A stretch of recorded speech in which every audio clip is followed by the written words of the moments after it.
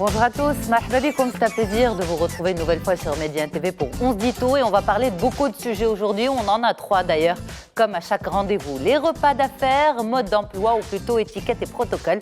On vous dit tout dans quelques instants. Ensuite, un autre volet, celui de la famille. Devenir beaux-parents, ça veut dire quoi exactement? Et puis pour finir, cette grande mode des facettes dentaires. Mais justement, est-ce qu'elles vont à tout le monde, les facettes? Eh bien, on posera la question à un spécialiste. Vous êtes sur Média TV, dans 11 Dito, et on démarre tout de suite.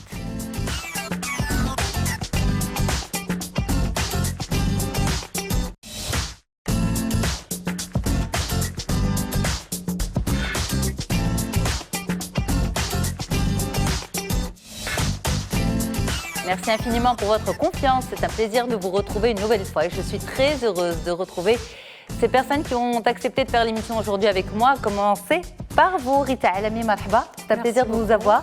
Merci. Vous êtes psychologue clinicienne et avec vous, justement, devenir beaux-parents, ça veut dire quoi exactement? Est-ce qu'il y a un mode d'emploi? Eh bien, vous nous direz tout dans quelques instants. Ensuite, celle qui a l'étiquette et le protocole des repas d'affaires, c'est vous, Mariam Filali Mknessi. Merci infiniment d'être là. Vous êtes experte et consultante en étiquette et protocole et avec vous, justement, le mode d'emploi des repas d'affaires pour que ce soit, on va dire, digne des standards internationaux. Ensuite, docteur Hatimi Fawzi, merci infiniment d'être là. Merci à vous. Avec vous, les facettes, est-ce que ça va à tout le monde ou non? Eh bien, vous allez nous répondre. Vous êtes chirurgien dentiste spécialisé en esthétique dentaire. Marhaba, docteur. Merci infiniment. Merci. Alors, on commence par quel sujet? On commence par les repas d'affaires. C'est tout de suite et c'est avec vous, Mariam.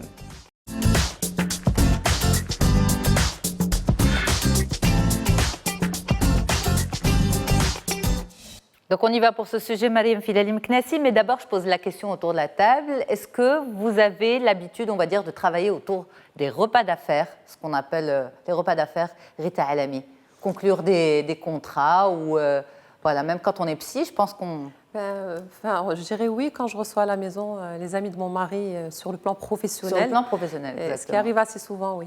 Donc c'est des repas d'affaires à domicile. Exact. Il faudrait qu'on aborde ce point aussi qui est très important, Mariam. Et vous, docteur Hatimi, des repas d'affaires? Absolument, absolument pas. Non. Dans notre domaine, on reçoit tout le monde chez nous au cabinet. C'est plutôt professionnel dans le sens où on commence nos traitements. C'est ça. C'est rare, franchement c'est rare. Alors, Mariam Filali, justement, docteur Hatimi, non. Rita Alami dit oui, mais à la maison. Mais un repas d'affaires en général, c'est à la maison ou c'est à l'extérieur? Normalement, c'est à l'extérieur. Donc, c'est pour une négociation ou d'abord pour connaître le client ou des fois... Vous faites avoir, Rita. Non, ce sont des étrangers, en fait. Je rigole. Ça. Je vous taquine. Non, mais c'est possible d'organiser. Aujourd'hui, il faut être juste créatif.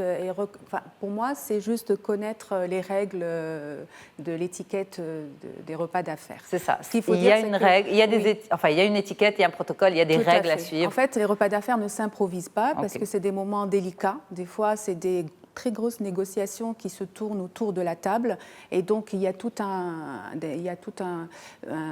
des choses à savoir et ceux qui ne savent pas font n'importe quoi. Alors quand vous dites ça ne s'improvise pas, c'est-à-dire on s'appelle pas du jour au lendemain, on se dit bon demain on mange ensemble, demain on dîne, on n'a pas le temps de se retrouver au bureau, on organise une réunion autour d'un déjeuner ou d'un dîner. Non, donc il y a les invitations, il y a un temps. Il y a un temps parce qu'il faut savoir que les hommes d'affaires et les femmes d'affaires ont un agenda qui est quand même rempli, donc il faut le prévenir au moins 2 semaines à l'avance, ce qui permettra au monsieur ou à la dame donc, de répondre à la semaine d'après. Donc on le fait soit par mail, première fois, donc ça permettra à la personne de répondre. Si ce n'est pas la personne elle-même, ça sera la secrétaire, etc. Et l'étiquette dit que 48 heures avant, il faut appeler et non pas envoyer un SMS et un WhatsApp, j'y tiens sur ça, pour prendre en considération l'invité et lui dire que voilà, nous rencontrerons demain, par exemple, au restaurant, etc. Donc en fait, 2 semaines avant, c'est le minimum. C'est le mail. Oui. C'est une invitation par mail. Exact. Et ensuite, 48 heures avant, c'est la confirmation par téléphone. Mais c'est les secrétaires qui s'appellent ou les Alors, ou les patronnes qui s'appellent. Voilà, si c'est Pour par ne pas exemple, dire les patrons, parce qu'on dit toujours les patrons. Oui, c'est on appelle ça les femmes d'affaires ou les hommes d'affaires. Voilà. S'appellent entre eux. Si il y a un contact direct, c'est mieux et c'est ça qui est privilégié. Maintenant, si on n'arrive pas à joindre la personne, qu'est-ce qu'il va y avoir dans ce mail? Ça va être donc le rendez-vous. Est-ce qu'il y a par exemple une allergie ou si vous préférez ce plat ou pas? Peut-être que des fois il y a 2 menus. C'est pour vraiment dire qu'il y a une préparation et qu'on ne va pas se rencontrer juste pour nous voir. Mais quel est l'intérêt justement de, on va dire, conclure un contrat important autour d'un repas plutôt que dans une salle de réunion? Alors, c'est vraiment, aujourd'hui, de plus en plus, ça se fait. Moi, je travaille sur le terrain et je vois de plus en plus d'hommes d'affaires et de femmes d'affaires qui viennent pour conclure des négociations. C'est en fait mettre à l'aise le client ou la cliente. Donc, vous remarquez que je commence toujours par l'homme et la femme parce que dans le monde d'affaires, il n'y a pas de genre. L'homme égale la femme. Donc, il n'y a pas de courtoisie, ni de diplomatie, mais c'est surtout, on met sur le même stade. Donc, la femme peut inviter comme l'homme. Ça, j'aime bien le dire.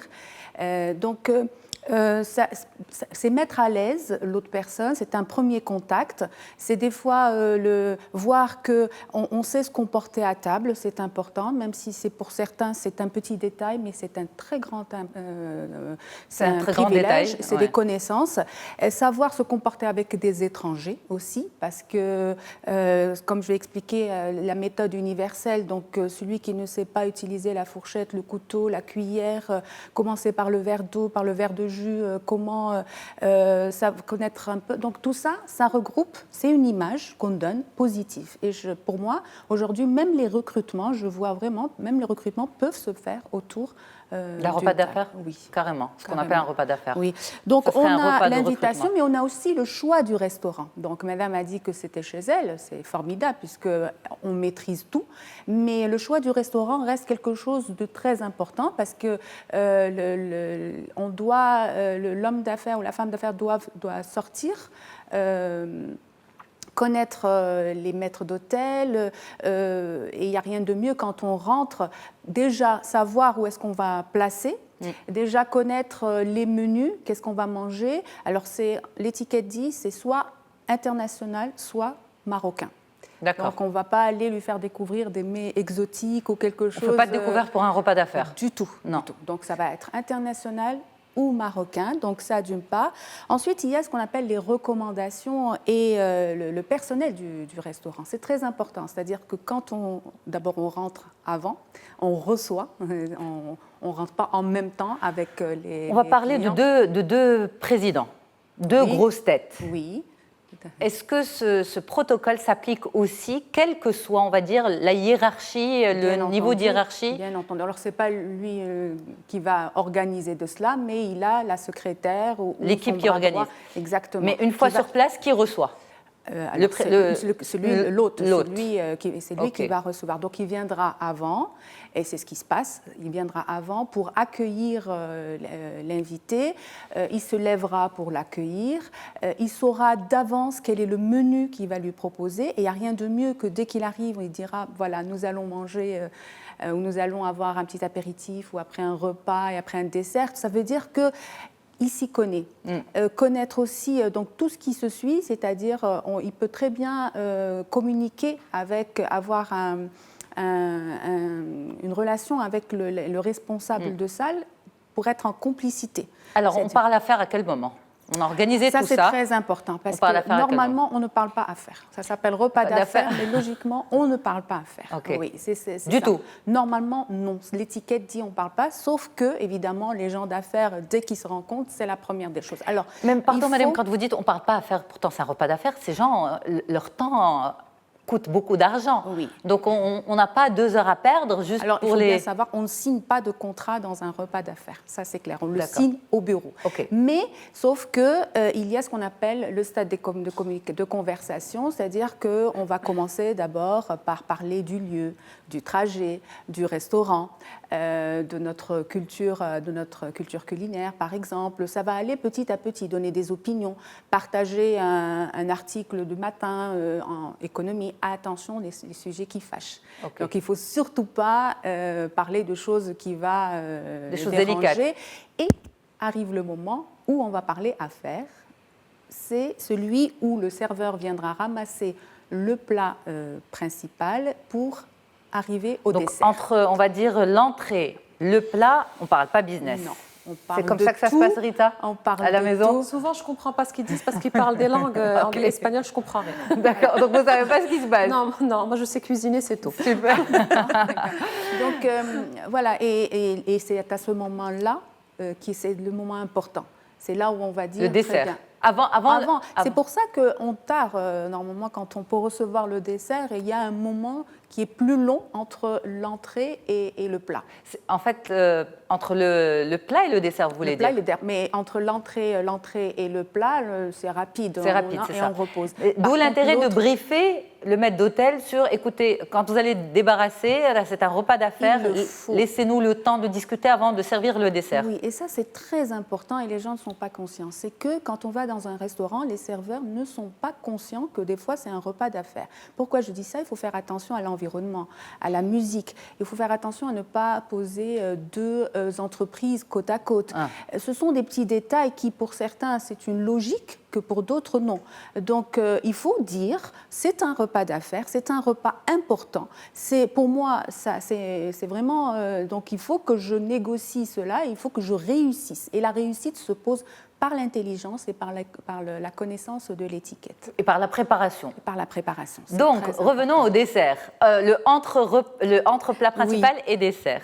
Alors, ce sont donc des sujets importants à ce moment-là, et c'est là où on va commencer à poser des questions. Donc, l'art de poser des questions, c'est important parce que la conversation, comme je l'ai toujours dit, c'est un match de tennis. Donc, il faut poser des questions, et l'autre ouverte, évidemment, et que l'autre puisse répondre jusqu'à décider. Et en général, quand ça se passe très, très bien, je peux vous assurer que le contrat est déjà signé. Et vous dites pourtant il ne faut pas le signer. Il est signé moralement. Oui, C'est ça signé y est, moralement. On se retrouve et on signe. Parce Alors, qu'il y a toujours un processus, on a tout mis, on a bien préparé, on a bien parlé, l'environnement. Je parle aussi comment on appelle ça, l'assignation des tables, c'est-à-dire qu'il faut bien placer l'invité. Avec une vue. Avec une vue. C'est pas aussi simple. J'ai eu des cas, des gens, ils viennent, moi je vais m'asseoir là. Non, vous laissez l'invité s'asseoir donc là. vous vous retrouvez, vous, à gérer ce Des genre fois, de... oui. ouais, Donc, à mais c'est orienter. parce que c'est pas... Non, laissez-lui la C'est vue, laissez-lui la banquette, laissez-lui le fauteuil, mettez-le à l'aise. Parce qu'en fait, c'est aussi une histoire d'ego. Hein. C'est deux grands patrons, donc il se dit, mais pourquoi je vais le mettre à l'aise? Moi aussi, Voilà, je suis le chef chez moi. Moi aussi, je suis... mais c'est très important. Voilà. Alors, je vais vous embêter, docteur Hatimi. Vous dites, moi, normalement, tout se passe dans mon cabinet, je ne suis pas dans le business. Mais vous voyez suivre, on va dire, ce protocole si vous deviez avoir un repas d'affaires? Écoutez, le protocole, on peut le suivre dans notre cabinet. Il y a un cheminement de la venue du patient jusqu'à rentrer dans la salle de soins. Il y a un petit protocole. Oui, mais honnêtement, vous êtes le chef, hein, parce que des fois, quand je dis vous, c'est-à-dire le médecin, parce que des fois, quand vous avez des salles d'attente où vous avez des attentes d'1 heure, d'1h30, on va dire qu'il n'y a plus d'étiquette et de protocole dans... Mais il y a quand même accompagner le patient jusqu'à la salle de soins. Ok. Ne pas lui dire la salle de soins là-bas, allez-y. Ça, c'est un moyen de... Mais par exemple, cette histoire de repas... Le recevoir à la porte de la salle de soins, l'accompagner jusqu'au fauteuil. Dans notre cas de dentiste, il y a tout un petit protocole. Si je peux revenir, c'est pas le repas d'affaires s'étend aussi quand il y a entre les associations, entre vos... Voilà, quand vous êtes en groupe de médecins, etc., que vous faites ça à l'extérieur, c'est aussi important de savoir qui va placer qui, parce qu'en général, ils viennent de toutes les villes, etc. Donc, personnellement, pour mettre tout le monde à l'aise, c'est important de tenir compte de cette préparation. Mais repas d'affaires dit business. Donc, quand on est en association, il n'y a pas de business là-dedans. Mais dans notre quotidien, on n'a pas à faire vraiment à des relations comme ça. C'est ça. On ne partage pas des repas avec nos patients. C'est ça. Mais est-ce que vous voyez suivre toutes ces étapes? Est-ce que ça vous conviendrait ou pas, ou c'est trop? Non, c'est embêtant. Non, moi je trouve que c'est un respect mutuel vis-à-vis de quelqu'un avec qui on peut faire des affaires. Alors, on va sur les questions des téléspectateurs. Nous avons Selwa qui vous dit, Mariam, certaines personnes restent très pudiques sur leur état de santé. Risquent-elles d'être vexées si nous nous renseignons comment le prévoit l'étiquette ? Par rapport aux problèmes de santé, les allergies, etc. que vous avez Alors, il faut, mentionné. normalement, l'hôte, celui qui invite, il doit être très vigilant en voyant les plats des personnes. Si la personne ne mange pas, si la personne réagit mal ou écarte un aliment, il faut qu'elle lui pose la question, est-ce que vous préférez, par exemple, Mais vous avez dit, on peut demander à l'avance, par mail, si la personne a certaines préférences ou certaines maladies, notamment. Mais les gens restent très pudiques, parce que c'est en quelque sorte, quand on parle de son état de santé, dans ces hautes sphères, on se livre. Écoutez, on parle de soi, d'une forme de faiblesse que l'on pourrait avoir. Ça pourrait être considéré comme ça. Pour l'instant, il n'y a jamais eu de... Quand on pose la question dans un mail, plutôt que direct, donc la personne répond. Et la personne répond sans problème. Donc il faut juste savoir comment le faire et non pas le dire directement, mais par un mail structuré. Et la personne... C'est ça. On ne dit pas « est-ce que vous êtes malade ?» Voilà, est-ce que vous êtes malade ? Non, est-ce qu'il y a une allergie ?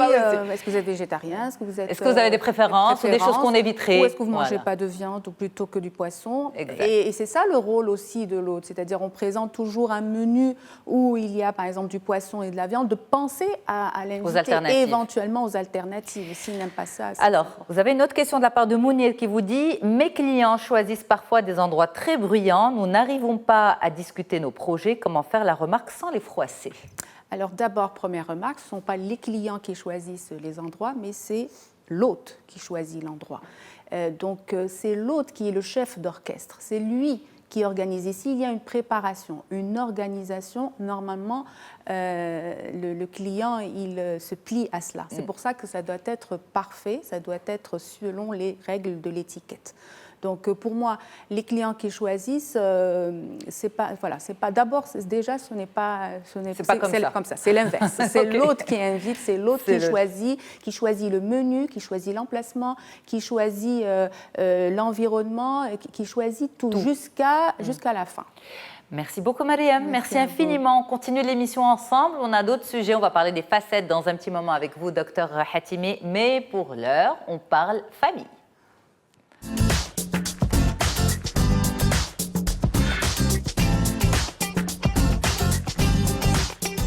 Merci infiniment, Rita Alami, d'être là. Vous êtes psychologue clinicienne. Alors, vous vous retrouvez un petit peu dans l'histoire, dans le discours de Mariam ? Oui, j'ai appris beaucoup de choses. Oui, à appliquer, justement. Il y a des choses qui me parlent, notamment cette histoire d'allergie, mais aussi... Il y a de plus en plus d'hommes d'affaires et de personnes qui sont végétariens, végétaliens, véganes, etc. Sans gluten. C'est vrai que ça a tilté. Et voilà, j'ai appris des choses que j'appliquerai dorénavant. À mettre en application, absolument. Et c'est prendre en considération l'autre, ça lui fait plaisir. C'est ça. Alors, devenir beau-parent, ça veut dire quoi ? Eh bien, justement, mode d'emploi avec vous. Est-ce qu'il y a un mode d'emploi où chacun son histoire ? C'est à Alami. Alors, un mode d'emploi... un terme utilisé comme tel, je dirais non, mais il y a des choses à éviter si on veut garder, si vous voulez, une bonne position de beaux-parents. Alors déjà, beaux-parents, ça veut dire quoi ? Ça veut dire qu'à la base, il y a une famille nucléaire qui a été décomposée, et il y a une nouvelle famille qui est en train de se reconstruire. Donc le beau-parent, ou la belle-mère, parce que l'histoire, il faut comprendre que c'est toujours au début, une place qui est très difficile à acquérir. Ce n'est pas... Pourquoi ? Parce que finalement, c'est un homme et une femme qui ont choisi de se retrouver ensemble. Ce n'est pas le choix des enfants. Exact. Alors, il y a beaucoup d'erreurs que font justement les beaux-parents, on va dire surtout au début. C'est de vouloir absolument imposer ce beau-parent dès le départ, de vouloir imposer que l'enfant aime ce beau-parent, non pas qu'il l'accepte, mais qu'il aime. D'autres parents demandent l'autorisation des enfants. Est-ce que... Voilà, tout ça, c'est des erreurs à ne pas faire. OK. Alors justement, on va y aller étape par étape. On présente quand ce futur ou... Enfin, ce beau-parent, on le présente quand ? Alors, on le présente quand on est sûr que ça va aboutir à un mariage. Parce que ce n'est pas toujours le cas. C'est ça. Des fois, voilà, on va rencontrer 2, 3, 4, 10, peut-être même 50 hommes ou femmes avant de pouvoir concrétiser quelque chose. Et il ne faut pas déstabiliser l'enfant en lui présentant chaque 2-3 mois une personne différente. À partir du moment où on est sûr que voilà, c'est la bonne personne, là, on va présenter donc, cette personne, mais comme étant mon conjoint. Non pas comme étant, voilà, c'est ton beau-père, c'est celui qui va faire le rôle de papa. Ou inversement. C'est ça. Donc en fait, une fois que c'est pratiquement sûr, et on ne demande pas l'avis de l'enfant, vous avez des parents qui demandent l'avis. L'autorisation, oui, mais aussi l'avis. Tu en penses quoi? Qu'est-ce que tu penses d'elle? Qu'est-ce que tu penses de lui? Oui. D'abord, je te remercie de cette question parce qu'elle est vraiment importante. C'est une grosse erreur. Pourquoi? Parce qu'il faut comprendre qu'un enfant accepte très difficilement, et à tout âge, même à l'adolescence, déjà l'éclatement et le fait que les parents se soient séparés. C'est vraiment très, très, très rare qu'on ait un enfant consentant qui va accepter le divorce, même plusieurs années après. Même adulte, d'ailleurs. Même adulte. Voilà, c'est vraiment à tout âge. Adulte, ouais. Alors, l'enfant, ce qui est normal, c'est qu'inconsciemment, il a toujours cette attente que les parents se remettent ensemble. Cette attente, à quel moment elle va s'amenuiser? C'est quand un des deux parents va retrouver un autre conjoint. Okay. Sinon, quand voilà, c'est le premier qui va se remarier, là, l'enfant, il est toujours en attente. Donc, le fait de lui imposer une nouvelle personne qui arrive dans cette famille-là, c'est déjà quelque chose de compliqué. Alors, venir lui poser la question en lui demandant « qu'est-ce que tu en penses ?» ou « je voudrais me marier, qu'est-ce que tu en penses ?» En fait, c'est ne pas lui rendre service. Pourquoi? Parce qu'on le met dans une position extrêmement culpabilisante. C'est-à-dire que... Fais-moi plaisir ou accepte ou... Et c'est plus profond que ça. Pourquoi? Parce qu'une fois le mariage accompli et voilà, la nouvelle famille recomposée, ce qui va se passer, c'est que pendant 1 année à 2 ans, l'enfant ressent énormément de culpabilité, surtout quand il aime bien ce nouveau beau-parent. C'est très difficile parce que pour lui, ça voudrait dire que j'ai trompé mon père, j'ai trompé ma mère et je suis en train d'aimer quelqu'un d'autre. Même quand c'est plusieurs années après la séparation? Même quand c'est plusieurs années. Donc, autant que ce soit un choix du parent et de dire aux parents, voilà, j'ai trouvé la bonne personne, que de dire à l'enfant, qu'est-ce que tu en penses? Et je te présente, et si tu es d'accord, ok, on va se marier. Ça veut dire que là, finalement, déjà, l'enfant, il n'est plus à sa place d'enfant, et on lui donne plus une place de parent, hiérarchiquement parlant, et on le met dans une position très culpabilisante et très angoissante. Et ça, c'est encore plus compliqué. Donc ça, c'est vraiment déconseillé. Non. Donc, en fait, avant de devenir beau-parent, il y a ce process. Ce qui peut compliquer, pourquoi on parle de tout ça, c'est parce que ça peut compliquer le process de devenir beau-parent quand l'introduction est mal faite. Exact. C'est ça. Exact. Donc la meilleure façon d'introduire le futur conjoint ou la future épouse? Alors, c'est déjà d'en parler au début. Avec ses enfants? En parler avec ses enfants et dire, voilà, j'ai rencontré quelqu'un, voilà de qui il s'agit. Il ne faut pas non plus cacher des choses ou enjoliver des choses pour que ça passe. Il faut être réel et raconter les choses telles qu'elles sont. Quel que soit l'âge des enfants? Quel que soit l'âge des enfants, puisque de toutes les manières, ils vont connaître cette personne. C'est ça. Voilà. Et ensuite, donc, attendre que l'enfant ait le temps de digérer l'information et de lui présenter. D'accord. Donc pas dans la foulée. Pas dans la foulée. Et justement, on ne le répétera jamais assez. Plus on a d'attentes vis-à-vis, que ce soit du beau-parent ou de l'enfant, en termes d'affectif et d'amour, plus on a de déception.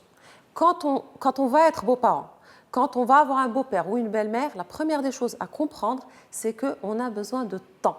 Ça ne se fait pas dans l'empressement.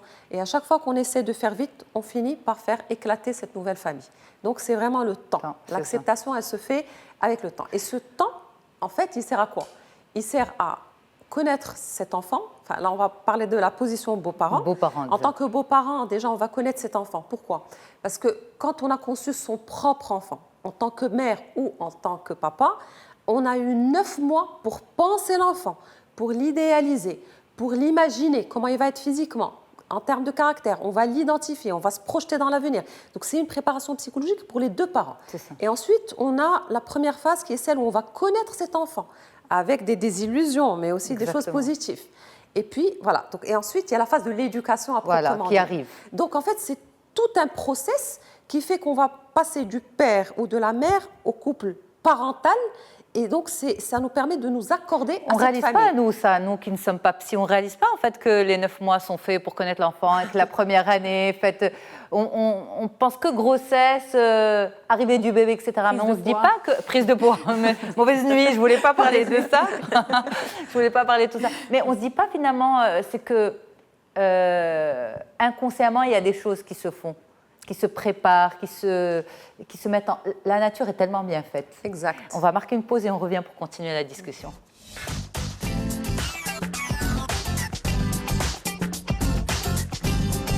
Allez, de retour sur le plateau et la discussion continuait pendant le break, mais on va vous raconter ce qui s'est passé ici justement. On est justement avec le docteur Fawzi Hatimi, chirurgien dentiste spécialisé en esthétique dentaire avec vous, docteur, tout à l'heure. Les facettes dentaires, est-ce que ça va à tout le monde? Mariam Fidalim Knassi, merci infiniment d'être là. Vous êtes spécialiste en étiquette et protocole et avec vous, aujourd'hui, c'était les repas d'affaires mode d'emploi. Et Rita Alami, notre psychologue clinicienne, pour parler de, on va dire, devenir beaux-parents, ça veut dire quoi exactement? Et pendant le break, au milieu de nulle part, docteur Hatimi nous lâche. Mais finalement, est-ce qu'on n'est pas en train d'en faire trop avec nos enfants? Trop de psychologie tue la psychologie. Expliquez-vous, docteur. En toute honnêteté, en toute spontanéité, de la même manière que vous l'avez lâché tout à l'heure. Je voulais prendre l'avis du psychologue parce que moi, je ne m'y connais pas, mais je trouve qu'on en fait un peu trop. Peut-être que je me trompe. C'est-à-dire qu'à chaque fois qu'il y a une situation sociale, passer aux petits soins, est-ce que l'enfant va, parfois, est-ce qu'il ne faut pas vivre d'une manière un peu plus simple? Je crois que ces phénomènes psychologiques ne datent pas de 30-40 ans, c'est récent qu'on voit c'est les 10 dernières années peut-être. Cette ampleur psychologique de tout ce qu'on fait dans notre vie. Et puis j'avais une autre question, si je peux me permettre, c'est que est-ce qu'on adapte le même langage à tout âge de nos enfants quand on veut devenir beau-père? C'est-à-dire un enfant de 2 ans, de 3 ans, qui n'a pas beaucoup de conception, on va lui parler comme quelqu'un qui a 30 ans ou qui a 18 ans, qui est en adolescence. C'est-à-dire, est-ce qu'il ne faut pas adapter le langage en fonction des enfants? Mais ce que Rita disait tout à l'heure, pardon, c'est que justement, il ne faut pas leur demander leur avis. Ce qui se fait depuis plusieurs années, justement, c'est trop prendre l'avis des enfants et les mettre dans une position qui n'est pas la leur, qu'ils soient enfants ou ados ou... Ne pas prendre leur avis, mais est-ce que trouver le bon moment de leur expliquer, de leur annoncer... Ça vous fatigue, docteur? Non, mais c'est pas mon cas, je ne me sens pas concerné. Moi, si vous permettez, je peux parler, puisque je suis dans la pratique totale. Donc, dans le sujet? Dans le sujet. Moi, j'ai donc mon ex-mari, donc il s'est remarié, mais il a un peu imposé la belle-maman, qui est une femme extraordinaire, à mes enfants, parce qu'ils ne savaient pas qu'il y avait une préparation.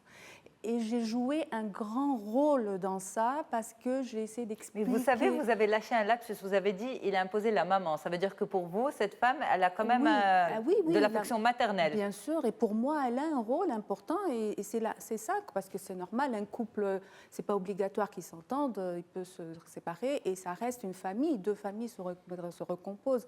Donc j'ai joué aussi à ce côté-là un grand rôle, parce qu'il fallait expliquer le pourquoi, et donc c'était toute une préparation. C'est vrai que c'était de la psychologie, mais pour moi c'était important qu'ils aient cet équilibre, qu'ils comprennent qu'il y a une autre famille qui se forme, mais qu'ils restent là, qu'ils restent leur papa, et qu'ils vont... Voilà, donc il y a aussi ce côté-là. Que dit la spécialiste? Je vais répondre à la deuxième question pour revenir à la première. Alors par rapport à l'âge, au facteur de l'âge, effectivement, déjà, un enfant qui n'a pas acquis le langage, donc en l'occurrence l'âge de 3 ans, 3 ans et demi, évidemment que ça va être difficile de lui expliquer comme si on s'adressait à un enfant de 9-10 ans. Donc à un petit, ça va être vraiment des mots succincts et ça va être plus dans la découverte de ce qui se passe tous les jours. Maintenant, avec un enfant plus âgé, de 9, 10, 12, 13 ans, c'est vraiment important d'expliquer. Bien sûr, on ne va pas rentrer dans les détails, comme on a dit tout à l'heure. Mais pourquoi expliquer, ou plutôt pourquoi en parler? Ce qui rejoindrait la première question, est-ce qu'on n'en fait pas trop? Moi, je vous dirais, de par mon vécu en tant que psychologue dans le cabinet, je pense qu'on n'en fait pas assez. Parce que ce qui se passe, c'est que justement, il y a beaucoup de parents qui réfléchissent comme ça, à se dire on verra ce qui va se passer, laissons les choses faire, etc. Et voilà, et qu'ils ne le font pas. Je vais pas dire il va faire avec. Oui, ils se disent, je ne vais pas dire qu'ils le font mal, mais ils ne le font pas suffisamment bien. Et il se passe quoi après? Il se passe qu'on a des répercussions. C'est-à-dire, on a des enfants qui arrivent à l'adolescence, qui vont décrocher de l'école. On va appeler les parents tous les jours pour dire que l'enfant il est complètement déconcentré et distrait en classe. D'autres adolescents vont aller vers des produits addictifs, cigarettes, alcool, etc. Ils vont fuir la réalité. Quand il y a un vide, l'enfant ou l'humain le comble par autre chose. Donc moi, je préfère au contraire en faire trop pour 1 mois ou 2 et être dans la prévention que d'attendre d'avoir les répercussions. Alors, quand vous dites en faire trop, c'est quoi? C'est-à-dire ressentir un peu d'anxiété, de peur, de se dire, bon, finalement, est-ce que j'en parle? J'en parle pas, comment je fais? Nous, concrètement, au cabinet, presque tous les jours, j'ai des parents qui viennent individuellement pour me dire, voilà, je deviens beau-père, belle-mère dans 3 mois, dans 4 mois. Mais c'est bien aussi que le beau-parent se prépare. Eh bien, il y en a de plus en plus. C'est bien. De plus en plus, et autant d'hommes que de femmes. Et ils viennent et ils posent la question. Voilà, je vais être beau-père, je me marie en été, en général, c'est souvent ça. Concrètement, comment je fais? J'ai peur de ne pas être aimée. J'ai peur, je ne sais pas si je dois m'imposer ou pas. Est-ce que je dois poser des règles ou pas? Alors justement, réponse. Réponse. D'accord, ok. Alors, la réponse, déjà, elle vient de l'âge de l'enfant.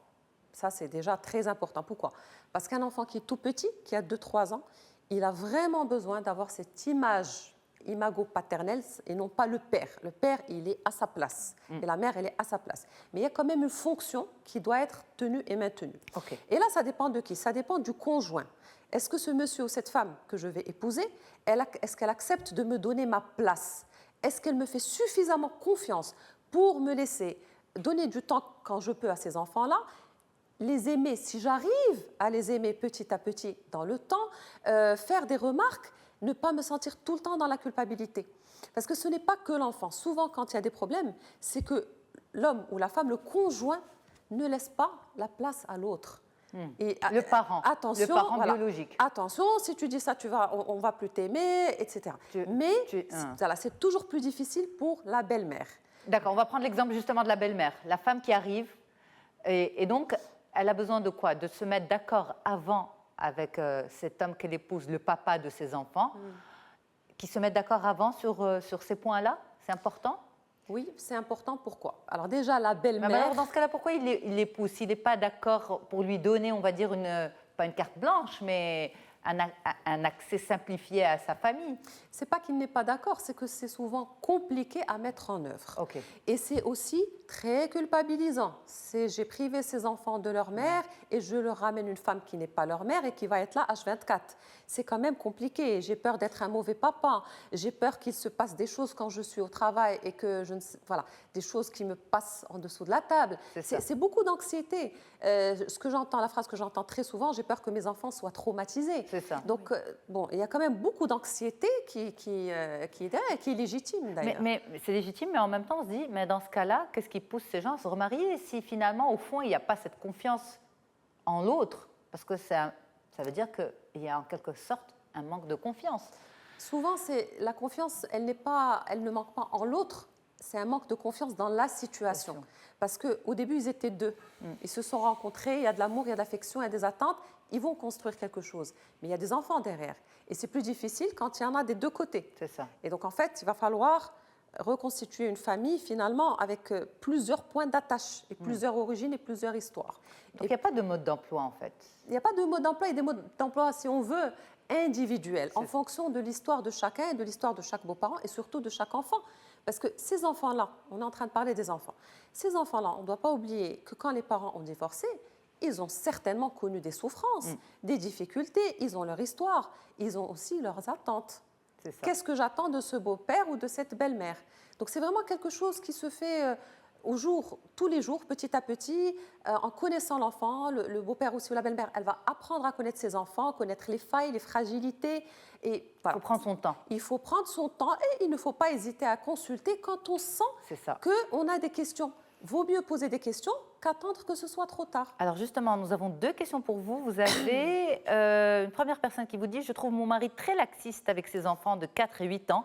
Comment puis-je imposer mes règles lorsqu'ils sont chez nous ?» D'accord. Alors là, c'est un couple parental, c'est pas une famille... Je trouve mon mari très laxiste avec ses enfants. Donc, Ça doit être peut-être ses enfants à lui. À lui, absolument. Ils ont 4 et 8 ans. Et elle dit, comment puis-je imposer mes règles lorsqu'ils sont chez nous? Ils sont probablement avec leur maman et arrivent... C'est ça. Voilà. Alors déjà, effectivement, là, c'est un âge difficile parce que 4 et 8 ans, c'est vraiment l'âge où on pose des règles. OK. Alors, poser des règles, ça suppose qu'il faudrait qu'elle arrive à se mettre d'accord avec son mari. C'est ça. Dans des moments où elle sent qu'il est calme, pas dans des situations conflictuelles, qu'ils se mettent d'accord et qu'ils écrivent noir sur blanc les règles de cette nouvelle famille. C'est-à-dire, qu'elle puisse écrire, voilà ce que j'attends, voilà ce qu'est pour moi l'éducation en fonction de son histoire à elle, et que lui aussi fasse la même chose et qu'ils arrivent à trouver des points sur lesquels ils vont se mettre d'accord. Parce que Ça, même les parents, on va dire, pas Tous les divorcés, parents. devraient le faire. tous les parents. Exactement, c'est une bonne... ça vous va, docteur, ou pas? Parfait. Parfait. Parfait. Parce que- Non, mais beaucoup de parents ne le font pas C'est et ça, je tout trouve à fait. ça vraiment dommage. Non, mais vous avez raison, Parce je crois que que personne ne le fait. C'est dommage parce Oui. que finalement, chacun arrive avec son bagage de croyances et de pensées, pensant bien faire, et il y a beaucoup de clash dans l'éducation. Mais là c'est encore plus compliqué. Donc, il faut vraiment pouvoir écrire, se mettre d'accord. Parce que si elle le fait toute seule, ça ne passera pas. Elle va passer pour la belle-mère qui méchante, impose.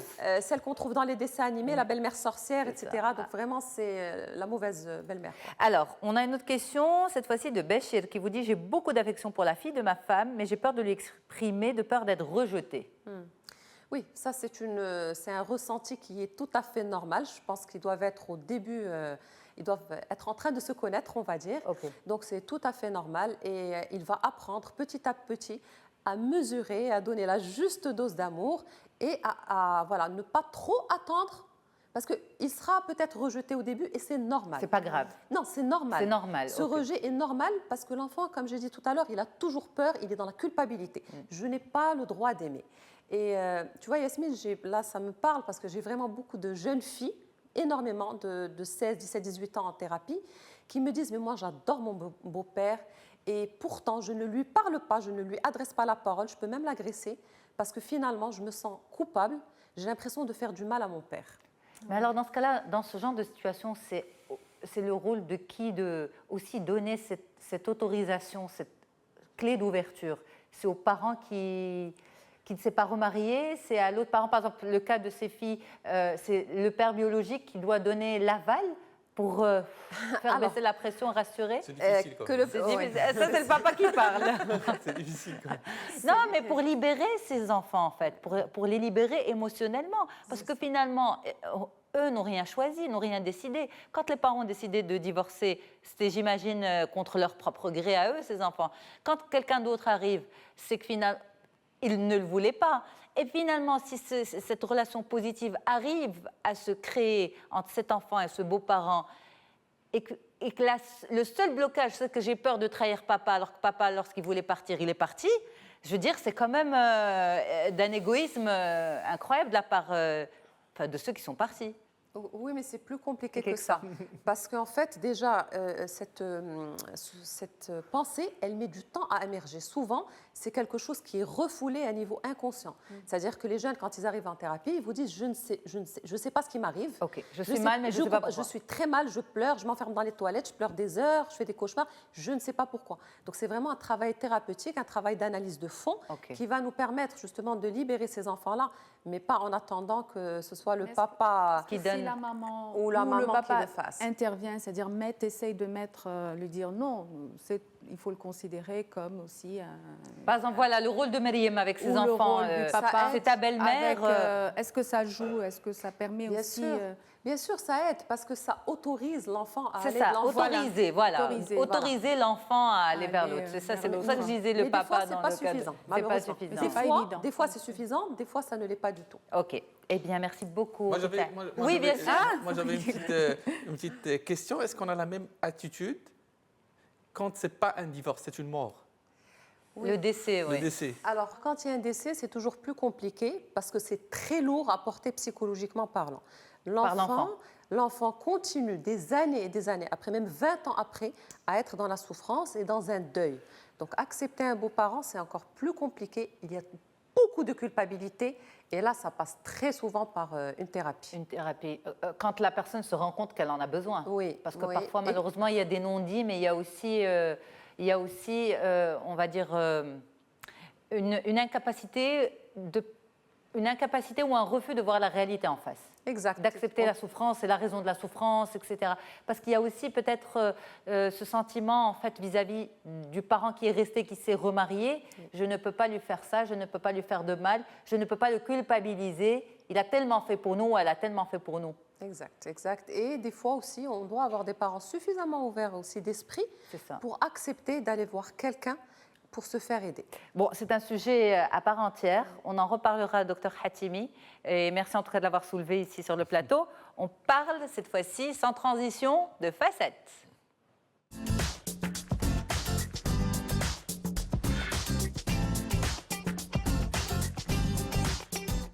Merci beaucoup, docteur Ahmed Fawzi Hatimi. Vous êtes chirurgien dentiste, spécialiste en esthétique dentaire. Avec vous, cette histoire de facettes. Alors, on rappelle ce que sont les facettes et ensuite on vous pose cette question, est-ce que ça va à tout le monde? Parce que c'est la grande tendance et parfois on voit des ratés. D'où l'intérêt, en fait, d'où l'idée de cette thématique en se disant, mais finalement, est-ce que ça va vraiment à tout le monde ou il vaut mieux que certaines personnes restent avec leur dentition, même si elle n'est pas impeccable, mais il vaut mieux ça que le résultat.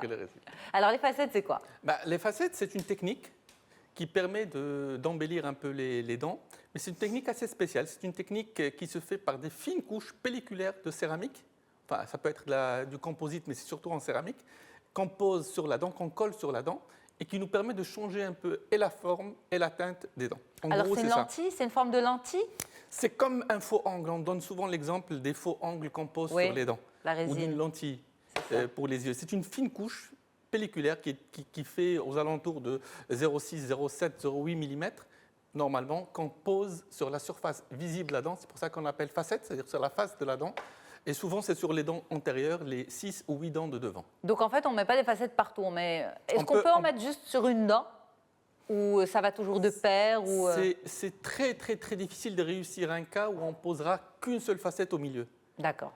C'est-à-dire qu'on a beau être très, très, très fort au niveau technique, on n'aura jamais les mêmes aspects qu'une dent naturelle qui est à côté, que ce soit la forme, la teinte, les aspects un peu chromatiques de la dent naturelle. Donc, ça va souvent de pair. Alors, les gros ratés des facettes. Pour vous, est-ce qu'il y a des ratés? Moi, je dirais qu'il n'y a pas de raté de facettes, il y a un raté de traitement. Alors là, on a une image justement de... Voilà, vous voyez en haut, ce n'est pas des facettes, c'est une patiente qui s'est présentée avec des anciennes couronnes. C'est un raté. Les couronnes sont... Les couronnes. Oui. C'est-à-dire qu'on ne peut pas dire les ratés de facettes, les ratés de traitement. Un traitement peut être raté.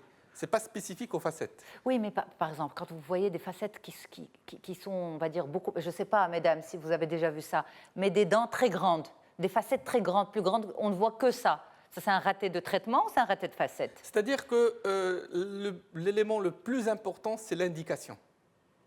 OK. Poser la bonne indication. Est-ce que cette personne-là, est-ce que cette patiente qui vient nous voir, est-ce qu'elle a besoin de facettes? Parce que les facettes, on ne les fait pas à tout bord, comme ça, à chaque fois qu'on voit quelqu'un. Il y a une indication, c'est un traitement. Maintenant, on a tendance à vouloir, ce qu'ils appellent Hollywood Smile, à vouloir avoir des dents blanches. C'est la première demande, c'est les dents blanches. Mais il va falloir juger un peu de l'état des dents avant d'indiquer ce genre de facettes. Il ne faut pas oublier que dans la majorité des cas, quand on fait des facettes, on touche à l'intégrité de la dent. On enlève une surface de la dent. OK. Alors, vous dites le Hollywood Smile, justement. Est-ce que ces teintes de dents, ce sont des teintes naturelles ou qui sont exagérées? En toute honnêteté, docteur.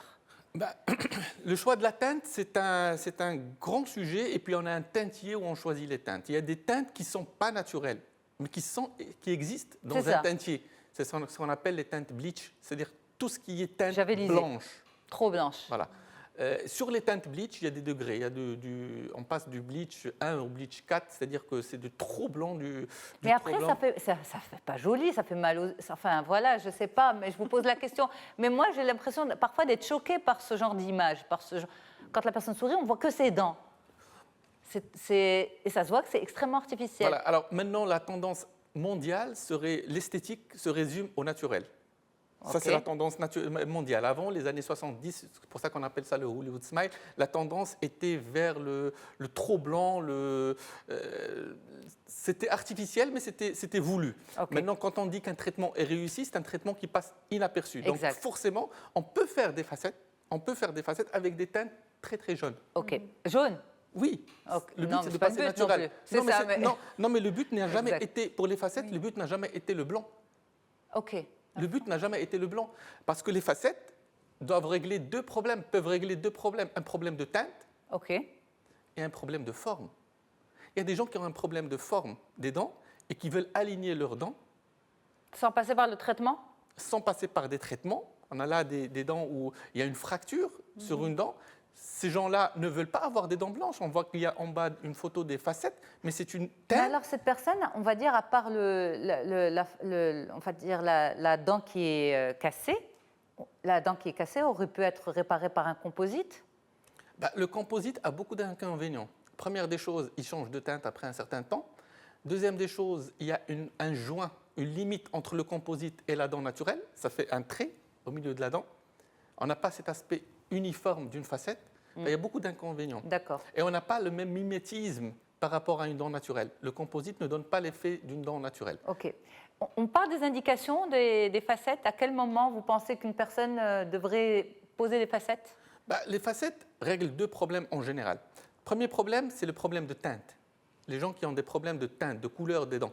Et là, on peut citer quelques exemples. Les gens qui ont des fluoroses, c'est-à-dire les gens qui ont Des traits noirs. des traits noirs sur la surface des dents, qui sont à l'intérieur de la dent. Ce pas des colorations qui peuvent être enlevées par un blanchiment. C'est ça. Les tétracyclines, les gens qui ont pris des médicaments à un certain âge, ça, c'est les problèmes de teinte. Et on ne peut pas résoudre leurs problèmes avec un blanchiment tout simple. Donc, on est obligé de passer par un recouvrement de la surface des dents, Oui. un recouvrement, ce qu'on appelle un recouvrement partiel. Parce Alors qu'une ça, facette, c'est un recouvrement partiel. On ne recouvre que la face visible. C'est ça, l'intérieur, non. Contrairement à Pas la l'implant. couronne, contrairement à la couronne, qui est un recouvrement total de la dent. OK. C'est-à-dire que toute la dent est recouverte. Alors Quand ça, on fait une couronne, Pardon, docteur. Ça, c'est, je veux dire, ça se justifie. Ces indications-là sont justifiées. Maintenant, la tendance générale, c'est celle du beau sourire et c'est, on va dire, des facettes pour tout le monde. La solution de facilité. c'est la demande maintenant. C'est la demande. Est-ce qu'en tant que spécialiste, est-ce que vous ne trouvez pas qu'il y a des abus? De la même manière qu'on parle de la chirurgie esthétique et de ses dérives, est-ce qu'on ne parle pas aujourd'hui aussi des dérives de la dentisterie esthétique? Sûrement, il y a beaucoup de demandes. Il y a une demande très très importante qui s'accroît d'année en année vers des dents très très très blanches. Comme j'ai dit tout à l'heure, la première des choses, c'est de voir si un blanchiment suffirait. C'est ça. Et là, on rend service à nos patients. Si vraiment un blanchiment suffit, quitte à renouveler le blanchiment si on veut aller vers des teintes trop blanches, je crois qu'on doit se limiter à ça. Encore faut-il que la forme des dents soit parfaite. Parce qu'il y a des gens qui veulent avoir des dents blanches, mais des formes parfaites. Parce que vous pouvez avoir des dents blanches sur vos dents naturelles, mais elles n'ont pas de belles formes. Elles sont un peu chevauchées, elles ont des formes pas très esthétiques, où il y a un décalage au niveau d'une dent par rapport à une autre. Donc la demande est souvent mixte. Je veux des dents blanches, mais parfaitement alignées. OK. Et d'où l'intérêt des facettes. facettes. Mais pourquoi parfois les facettes sont plus grandes que c'est tout simple. que la bouche, que le Voilà, visage? c'est tout simple. Le principe des facettes a été fait, le départ du principe, c'était de faire quelque chose de très fin. Donc la réussite serait d'avoir des masses de céramique très très fines. À partir du moment où le technicien de laboratoire n'arrive pas à régler ce problème de finesse de facettes, on passe vers des masses très importantes. Et là, forcément, quand on met une surface sur votre dent, elle paraît en extra. C'est exactement le même Mais ça veut dire système. quoi? Quand vous dites le technicien n'arrive pas, c'est un problème de compétence? Je n'oserais pas utiliser ce terme, mais c'est un problème technique. C'est un problème technique. OK. C'est-à-dire que l'exemple qu'on peut donner, c'est que quand on met un faux angle sur votre angle, comme on n'arrive pas à enlever de la surface sur votre angle, forcément, il paraît un peu C'est plus ça. élevé. C'est Exact. la même chose sur les dents. D'où l'intérêt, pour avoir un cas réussi, de préparer la dent. Il faut la limer. Il faut la limer. C'est ça le. Et c'est ça le côté irréversible des choses. C'est ça. Maintenant, Mais pardon, mais justement, ce qui trompe les patients, c'est que toutes les publicités de facettes, on ne montre pas, d'ailleurs on en a une ici derrière, c'est pour ça que je me retourne, on ne montre pas la dent limée et la facette qui vient se coller dessus. On montre une dent parfaite sur laquelle va venir se poser une fine pellicule. Et on se dit, bon, finalement, les facettes, mes dents vont rester comme ça, entières, et dessus, on va venir me coller les facettes. Parce que... La pub est mensongère, non, en général. C'est parce qu'il y a deux techniques pour faire des facettes. Il y a des techniques où on prépare des dents, prépare les dents, on les lime. Parfois, c'est indiqué de les limer quand on a des anciennes composites, c'est-à-dire des anciennes obturations. Quand on a les problèmes de coloration, les tétracyclines, on est obligé de limer un tout petit peu. Mais il y a des techniques où on n'a pas besoin de toucher à la structure de la dent. Et c'est là où la compétence rentre en jeu. Parce que plus on est sur des masses très fines, plus il faut avoir une technique et un doigté qui est très pointu pour pouvoir, sur une surface très fine, mettre de la céramique et donner de la chromatique. Et en fait, on va dire le challenge pour les patients, c'est aussi de tomber sur le bon professionnel. C'est ça. Oui. Merci infiniment d'avoir été avec nous, docteur Ahmed Fawzi Hatimi. Vous êtes chirurgien dentiste spécialisé en esthétique dentaire. Mariam Fidalim Knassi, merci beaucoup. Vous êtes consultante en étiquette et protocole. Avec vous, ce sujet sur les repas d'affaires, mode d'emploi, à regarder à nouveau sur notre site mediantv.com. Et Rita Alami, merci beaucoup. Vous êtes psychologue clinicienne. Avec vous, devenir beaux-parents, ça veut dire quoi au juste ? Il n'y a pas de mode d'emploi, mais il y a, on va dire, des faux pas à éviter, certaines recommandations que nos téléspectateurs pourront retrouver également sur notre site. À très vite tout le monde, merci beaucoup, au revoir.